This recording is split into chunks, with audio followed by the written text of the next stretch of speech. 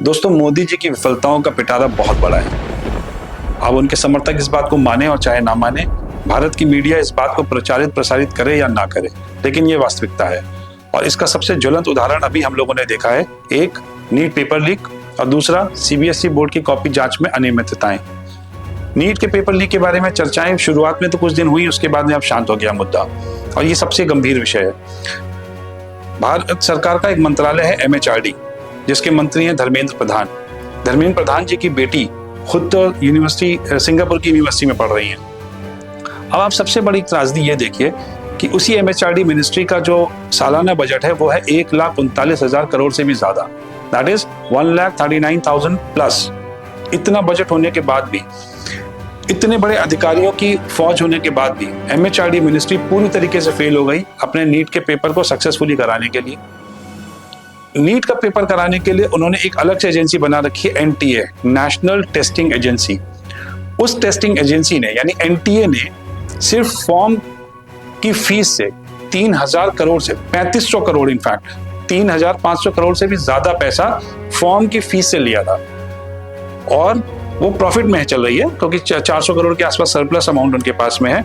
और NTA भी वो पेपर ठीक से नहीं करा पाई। और सबसे बड़ी दुखद बात यह है कि हर छोटी चीज का क्रेडिट लेने वाले हमारे देश के प्रधानमंत्री महोदय इस पूरे मसले पे चुप हैं। उन्होंने एक बार भी कोई ट्वीट नहीं किया है, उन्होंने एक बार भी कहीं पर कोई अपने भाषण में कुछ नहीं बोला है, और किसी भी मंत्री, अधिकारी, कर्मचारी को अकाउंटेबल नहीं बनाया है।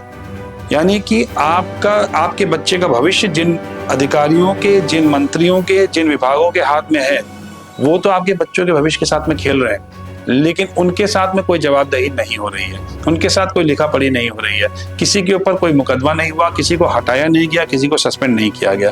ये सबसे गंभीर विषय है। आप कितनी मेहनत करके अपने बच्चों के लिए फीस का पैसा इकट्ठा करते हैं, उसे जमा करते हैं, हजारों लाखों रुपए में आप फीस जमा कर रहे हैं, और अंत में आपको मिल क्या रहा है कि आपका बच्चा इस बात के लिए परेशान है कि उसका पेपर लीक हो जा रहा है, उसकी जो कॉपियां चेक की गई हैं उसमें नंबर्स को गलत मिल रहे हैं। ये एक सुनियोजित घोटाला है, इसमें सरकार का संरक्षण प्राप्त है, और ये सवाल आपको जरूर करना चाहिए। आप किसी भी नेता के समर्थक हो, आप किसी भी पार्टी के समर्थक हो, ये आपका अपना खुद का डिसीजन है, आप ओपन है।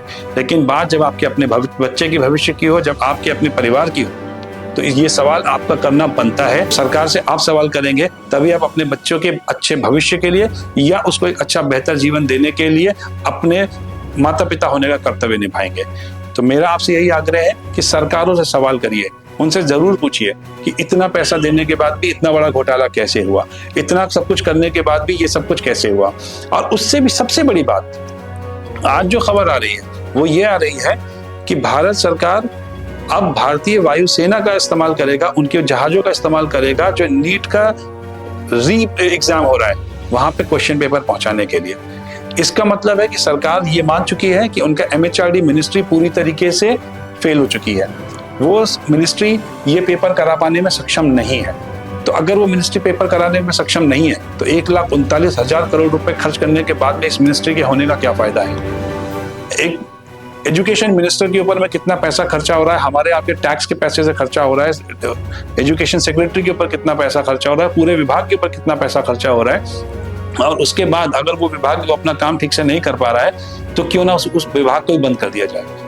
और दूसरा सबसे बड़ा सवाल यह है कि अगर फिर कभी ऐसा कोई घोटाला होता है या फिर कभी कोई ऐसी दिक्कत होती है कि जहां पे पेपर लीक हो गया है, तो क्या आप रक्षा मंत्रालय या वायुसेना को भी उसमें अकाउंटेबल करेंगे? ये भी एक गंभीर सवाल है। इसका जवाब तो सरकार को देना ही पड़ेगा, और मैं आप सबसे कहूंगा कि आप लोग ये सवाल जरूर पूछिए और अपने बच्चों के भविष्य को सिक्योर करिए।